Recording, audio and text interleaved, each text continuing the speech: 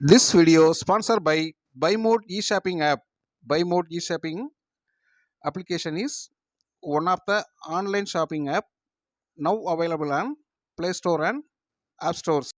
Hello friends, நம்ம வீட்டுக்கு தேவையான காய்கறிகள் மற்றும் மளிகை பொருட்கள் போன்றவற்றை நம்ம பைமோட் ஆப்பில் ஷாப்பிங் பண்ணுறது மூலமாக விலை குறைவாகவும் தரமானதாகவும் உங்களுக்கு கிடைக்கிறதுக்கு வாய்ப்பு இருக்குது. இதை நீங்கள் பயன்படுத்துறது மட்டும் இல்லாமல் உங்களோட நண்பர்களுக்கும் உறவுகளுக்கும் சொல்லுங்கள். பைமோட்டோட லிங்க் வந்து நான் என்னோடய டிஸ்கிரிப்ஷனில் கொடுக்குறேன்.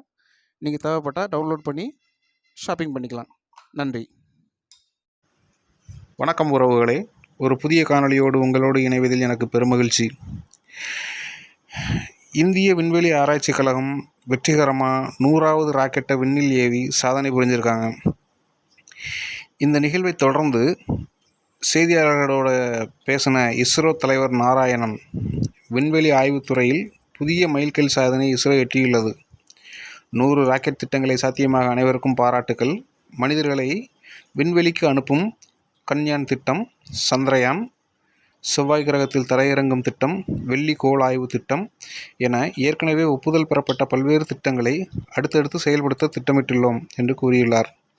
அதன்படி கன்யான் திட்டத்தில் ஆளில்லா விண்கலங்களை அனுப்பி பரிசோதிக்கும் 3 திட்டங்கள் செயல்படுத்த உள்ளன. கன்யான் விண்கலங்களை அனுப்புவதற்கு நவீன LVM-3 ராக்கெட் தொழில்நுட்பம் ஏற்கனவே நம்மிடம் இருக்கிறது.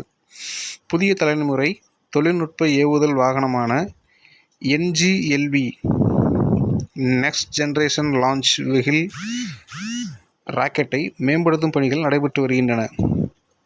NGLV ராக்கெட் 91 மீட்டர் வரை உயரம் கொண்டது.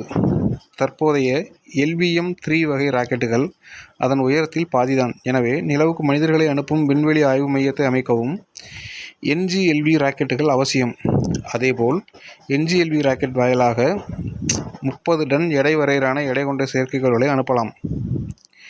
ஸ்ரீஹரிகோட்டாவிலிருந்து இப்பொழுது செயல்பாட்டில் உள்ள 2 ஏவுதளங்களும் NGLV ராக்கெட்டை செலுத்துவதற்கு உகந்ததாக இருக்காது. அதனால் சமீபத்தில் மத்திய அரசு ஒப்புதல் அளித்த 3வது ஏவுதளமானது 4000 கோடியில் NGLV ராக்கெட்டுகளை ஏவுவதற்கு வசதிகளுடன் அடுத்த 2 ஆண்டுகளில் அமைக்கப்படும். மேலும் குலசேகரம்பட்டினம் ஏவுதளமும் அடுத்த 2 ஆண்டுகளுக்குள் முழுமையாக பயன்பாட்டிற்கு கொண்டு வரப்படும். 100 ராக்கெட்டுகள் ஏவுவதற்கு 46 ஆண்டுகள் எடுத்துக்கொள்ளப்பட்டு உள்ளது. தற்போது போதிய கட்டமைப்பு உள்ளிட்ட பல்வேறு வசதிகள் ஏற்படுத்தப்பட்டு வரும் நிலையில் மேலும் 100 ராக்கெட்டுகளை வரும் 5 ஆண்டுகளில் ஏவ வாய்ப்புள்ளது.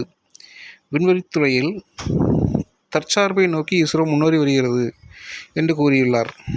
என்ன உறவுகளே, பாரத தேசம் விண்வெளித்துறையில் தற்சார்பு முறையை அடைந்துள்ளது என்பது அனைவருக்கும் மகிழ்ச்சி அளிக்கக்கூடிய ஒரு விஷயமே. நன்றி உறவுகளே, இந்த காணொலியை முழுமையாக கேட்டமைக்கு. மீண்டும் ஒரு புதிய காணொலியோடு உங்களோடு விரைவில் இணைகிறேன். இதுவரைக்கும் நம்ம சேனலை சப்ஸ்கிரைப் பண்ணாதவங்க சப்ஸ்கிரைப் பண்ணுங்கள். நன்றி, வணக்கம்.